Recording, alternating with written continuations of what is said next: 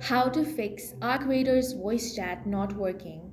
In this video, I will guide you step by step on how you can fix ArcRaider's proximity chat not working issue.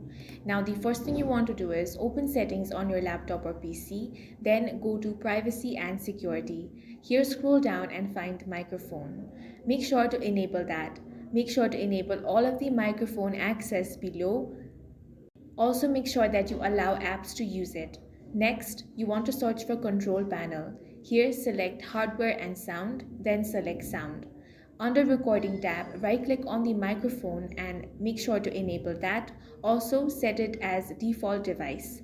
This should resolve the voice chat issue in ArcRaiders. Go ahead and check. That's all for this video. If you found it useful, make sure to hit the like button and subscribe for more videos like this.